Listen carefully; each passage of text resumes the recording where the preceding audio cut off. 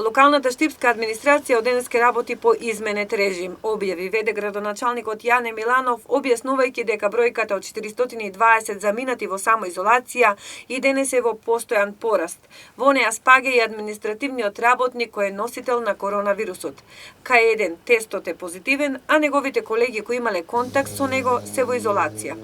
По огласените во јавноста дека не станува збор за изолиран случај, туку за поголема бројка на локални административци кои се позитивни на COVID-19, веде градоначалникот Јане Миланов смирува дека видоизменетите услови за работа нема да значат и ускратување на услугите на граѓаните, како и евентуално стопирање на работата на локалната администрација.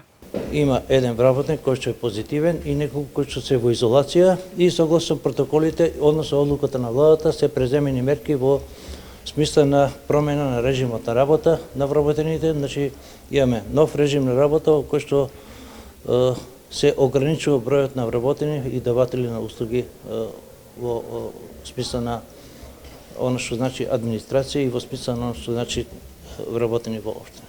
Да, јас се надам дека променетиот режим во работењето на администрацијата нема да значи и нема да биде на штета на услугите кои што ги пружа нашата администрација, така да во таа списа не очекувам дека ќе имаме некако негативно влијание врз услугите кои што ги нудиме.